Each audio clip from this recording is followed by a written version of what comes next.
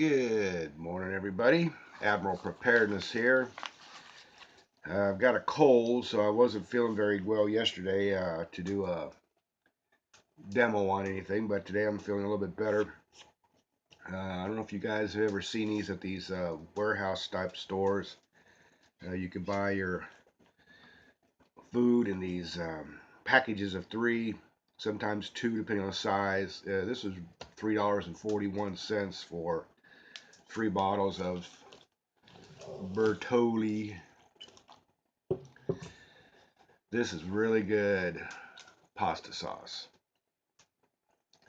The shelf life, right now I've got these downstairs that are way over 3 years old. I just opened one last night, as a matter of fact. That's why I'm doing this demo now. Tasted like the day it went in the bottle. The temperature downstairs is about 62 to 63 degrees all year long. Humidity about 15%, and it's dark.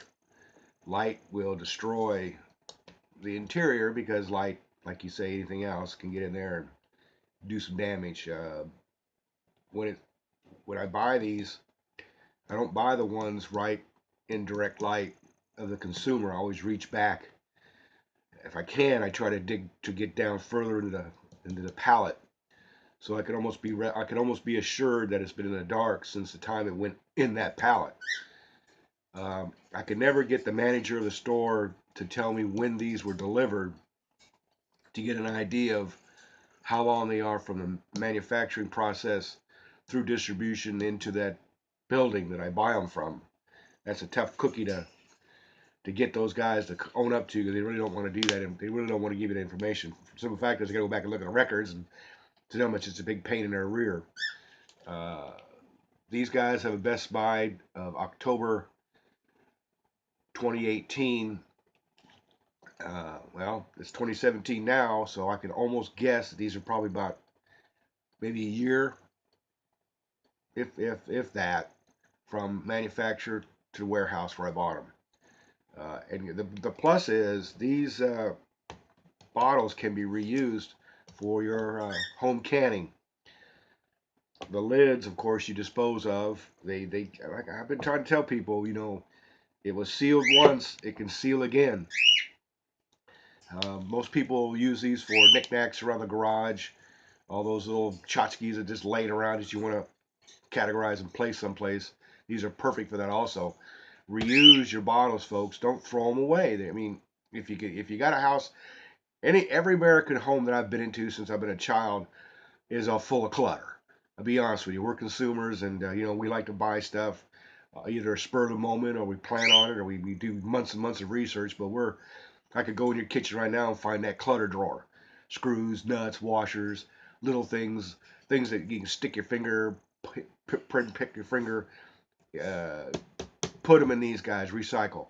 Get a piece of 2x4. You take the lid, you screw it up on top of the 2x4. Now you've got your way of easy getting to these bottles. Line them up along your garage or your tool room or your hobby room or wherever, but reuse these guys, because it costs money to make them, and you paid for that. You're paying to have that bottle made. You're paying to have that lid made. That the consumer is responsible. The people who put this product in this bottle are there for profit. Now, they are there to get people to buy it again, so it's the food quality. And let me tell you, good quality. It's excellent quality. You add your own meat to it. You can use pork, you can use beef, you can use venison, you can use deer. Hell, I've even had a squirrel. Living back when I was a young boy, my dad and I used to go hunting. Any type of sauce on a pasta is always welcome. Plus, the tomatoes have an antioxidant characteristic, which is good for you. Okay, the garlic's good for you in here. The basil's good for you.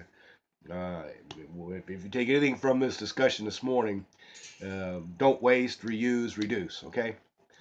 And saying that, I'm going to show you something else. Kind of neat though. I got this in the mail also just the other day. I've been looking for these.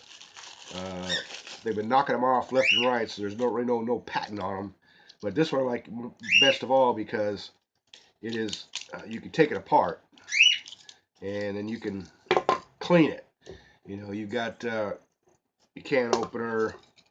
You know, if you guys are out there and you need to get into a corked bottle, there's your cork opener. Oh, there's your cork screw. You've got your knife. I don't know if I can get this off or not. You've got like a little paring screwdriver. Get into those Phillips head screws, camp style or emergency. I'm going to tell you something right now, folks. If somebody came at me with this, hold it like that, that's a weapon. You know, all it's got to take to get to that jugular vein, you go in, you come back out, you go in, you come back out a couple times, he's hurting. Same thing with this guy. One in one hand, one in the other. Let's go. You know, I may not be the strongest thing in town, but I tell you what, if you think that and a lot of times you can hide this by putting your hands like this and hold them to your side. You're gonna jab, you're gonna jab. You know, you're gonna stick them. I mean, it depends on where you hit them. Now, I'm not gonna tell you right now that I'm not a vengeful person, but I'll go right for the face. I'm going right for those peepers. I'm gonna put out an eye, and you're gonna have both hands covering out one eye. Now that disarms you. This one here, I'm gonna go for the chin, the throat, the cheek. I'm gonna go for whatever I can. The ear. All I want to do is hit you to the side of the head, and just going in that half an inch. That's enough to put you down. Now, let's say you're out there in the wilderness and you gotta dig a latrine. Well, there you go. That'll get you started. You just start chipping at it, chipping at it, chipping at it. Get yourself a piece of wood. Get yourself a stick. Use your knife to sharpen it up. Make yourself a gig stick. These are excellent, and I only paid $4.99 for each one, free shipping, because the guy out there is just, they're stamped out. There's no name on it. There's no manufacturing information on it at all. Nothing on here. So if you really wanted to, you could go out there and get your own little label made. Put it across here, you know, Admiral Preparedness, emergency tool. You know, you want it's got a fairly okay, I wouldn't call it the best in the world, but if you want to try to hang it off a keychain, I wouldn't. Please, listen, do me a favor. Don't put this on your keychain and then stick it in your ignition in your car, because a lot of times some of these cars now are being affected by the junk that people got on their keychains. This idea that we're gonna go keyless pretty soon here to the front and side door in the next few years anyway. If you have been paying attention, there's all kinds of these new smartphone applications for your door locks, your bolts, and all that kind of stuff. Where one of them is called Sesame. I like that. I like the idea. I mean, of course, you know, I'm a tech person, but you know, heaven forbid, you know, you have an EMP and you're stuck there going, shit, I can't get in my house.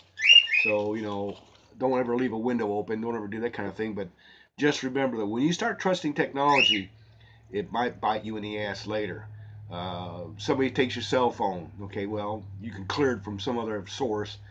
Now you've got to worry about being able to access your house if your front door is connected to your Wi-Fi, connected to your Bluetooth, connected to your whatever, your refrigerator, your microwave, and your dishwasher, and your soda machine, and whatever things you got in the house that like to talk to each other. Just remember that front door, that side door, that basement access. If you can't get in, you're gonna look like an idiot for not being able, you know, thinking ahead of time. And the other thing is, you know, if I'm wrong, you can go ahead and put it down at the bottom, and I'm a moron. I don't mind, but don't depend on technology too much.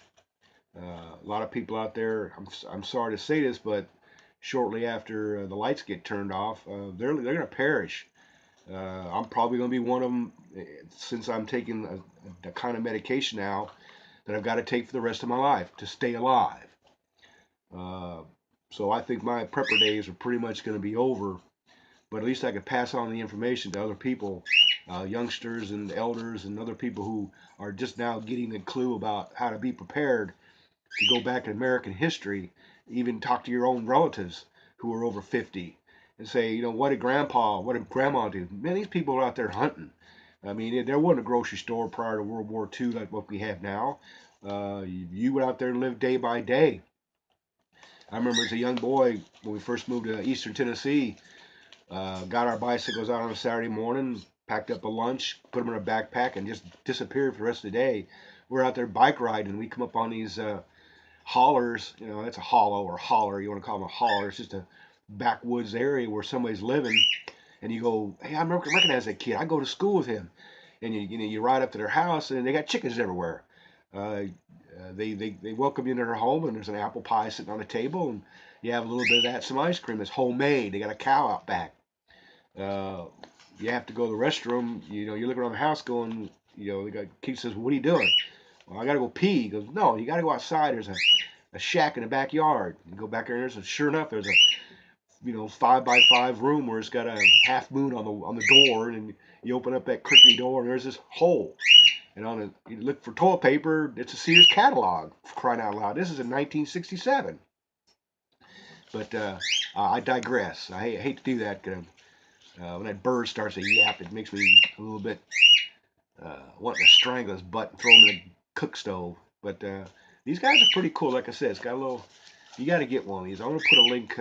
Probably not today, but figure out where I got these from. And for $4.99 and free shipping, I bought a dozen of them. What I'm gonna try to do later is start a bartering. A bartering method. You've got all these ways that people are out there trading.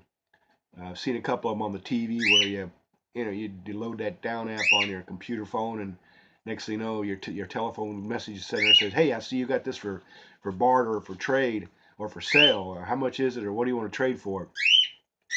I've only done it a couple times, and luckily it hasn't come back and bit me in the ass yet. So just try those out. I mean, be careful. You got Craigslist. Somebody ended up dead. A couple of sold their car, and the guy who got it from them killed him.